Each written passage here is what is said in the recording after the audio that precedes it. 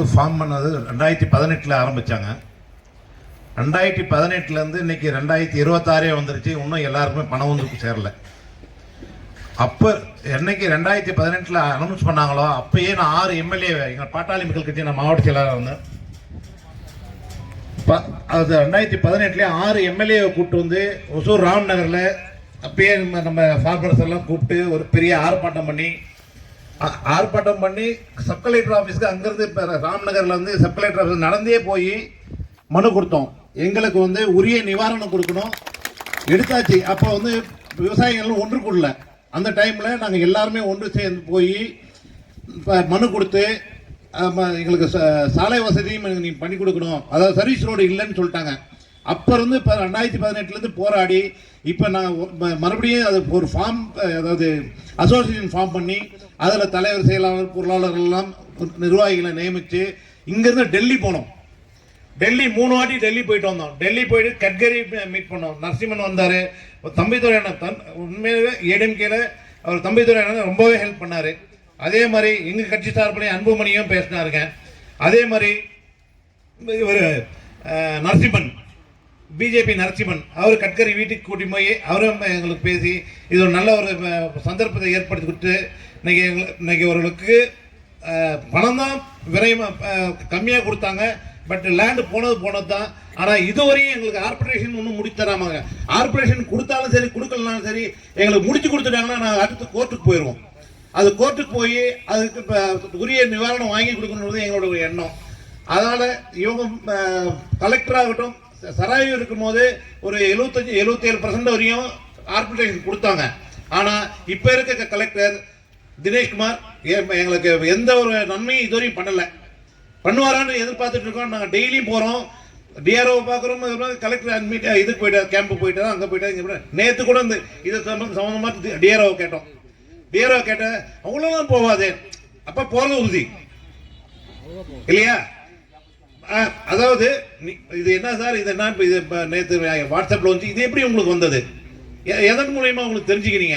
இவ்வளோலாம் போகிறதுக்கு வாய்ப்பு. நான் இவ்வளோ சார் முனைவன்ட்ட பிரசிடென்ட் சொல்கிறாரு, கிட்டத்தட்ட இது இப்போ பார்த்தீங்கன்னா ஒரு 3500-3700 ஏக்கர் வரும் இல்லை சார். அவ்வளோதான் போகிறதுக்கு வாய்ப்பு இல்லையே. எப்படி உங்களுக்கு இது தகவல் கிடைச்சிது? அப்போ போகிறது உறுதி தான் இல்லைங்களா? அதனால் இதை வந்து நம்ம உடனடியாக ஒரு மிகப்பெரிய ஆர்ப்பாட்டம் நடத்தணும். அந்த திட்டத்தில் வந்து பணத்தை உயர்த்தி கொடுத்து நம்மளை வெற்றி பெற்றாங்க. அதே மாதிரி 10,000 பேர் கலெக்டர் ஆஃபீஸை முற்றுகையிட்டா. நாங்கள் இப்போ முற்றுகையிட்டோம். அமைச்சரே உள்ள லாஸ்ட் டைம் நம்ம இது சப் கலெக்டர் இதில் கலெக்டரேட்டில், கிருஷ்ணகிரி கலெக்டரேட்டில் அமைச்சர் உள்ள வராரு. நாங்கள் வழிமறைச்சு நீங்கள் இப்போ எங்களுக்கு இதுக்கு தீர்வு காண்டு தான் நீங்கள் உள்ளே போகணும்னு சொல்கிறோம். அவங்க பின்னாடி வழியாக கூட்டின்னு போயிட்டாங்க. ஒரு மந்திரி, ஒரு நம்மளுடைய தமிழ்நாடு ஸ்டேட் கவர்மெண்ட் மந்திரியே நாங்கள் உள்ள விடல. அந்த அளவுக்கு அன்னைக்கு கூட்டம் இருந்தது. ஆனால் ஒரு 1500-2000 பேர்கிட்ட நாங்கள் சேர்ந்துருந்தோம். அது வேற ஒரு பிரச்சனைக்காக வந்திருந்தாங்க. அவங்க எல்லாமே ஒன்று சேர்த்துக்கிட்டோம். அன்னைக்கு வந்து அது ஒரு எங்களுக்கு ஒரு பாதுகாப்பாக இருந்தது. எங்கள் போலீஸ் எல்லாம் எஸ்பி வந்து அவ்வளோ தூரம் செய்து கைவிடுங்க, நாங்கள் உங்களுக்கு நல்ல தீர்வு பண்ணுறோன்னு சொன்னார். அன்னையிலேருந்து இன்ன வரையும் ஓடின்னு தான் இருக்கோம். டெய்லி நாங்கள் கலெக்டரேட் போகாத நாள் இருக்காது. எல்லா ஒர்க்கிங் டேஸும் டெய்லி ஏதோ ஒரு வேலையாக கண்டிப்பாக அங்கே இருப்போம். ஏன்னா இப்போ விவசாயிகளுக்கு தெரியாது. இப்போ யாருமே வந்து கலெக்டரேட் டெய்லியும் போய் பார்த்ததில்லை, அதிகாரிகளை சந்தித்ததில்லை. எங்களை பார்த்தாவே அதிகாரிகள் ஐயோ வந்தானா இது என்ன கேள்வி கேட்க போகிறோம் இன்னைக்கு. அதுதான் டெய்லி ஏதோ ஒரு நிகழ்வு நடந்துகிட்டே இருக்கும். அதனால் தயவு செய்து நாம் எல்லாரும் ஒன்று சேரணும். ஒன்று சேர்ந்தால் தான் இதை எதுவுமே சாதிக்க முடியும். இந்த நாளை காலரை நம்ம புறக்கணிக்கணும்னா குறைஞ்சபட்சம் தேதி நாம் ஒரு 2 ஒர்க்கிங் டேஸில் நம்ம பிளான் பண்ணிருக்கோம். பிப்ரவரி 2 பண்ணால் நல்லா இருக்கும்னு நினைக்கிறேன். ஏன்னா ரொம்ப பக்கமாகவே இருக்குது. ஏன்னா 26 வந்து பக்கத்தில் இருக்கிறதுனால ஒரு லேண்ட் ஆர்டர் இஷ்யூஸ் இருக்கும்.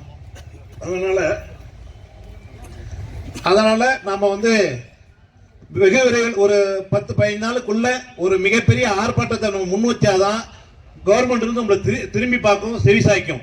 ஏன் இது வந்து அப்ஜெக்ஷன் நிறையா இருக்கு, இது உடனடியாக இது வேற ரூட்ல எங்கன்னா பண்ணலாமா, இல்லை வேற மாவட்டத்தில் பண்ணலாம்னு அவங்க ஆலோசனை பண்ணுவாங்க.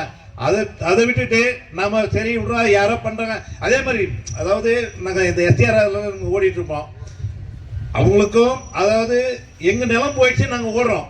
அடுத்து உங்க நிலமும் போவோம். ஆனா அது வேடிக்கை தான் பாக்குறீங்க. அன்னைக்கு போகும்போது தான் தெரியும், ஐயோ வயிற்று வாயில அடிச்சுக்குவீங்க.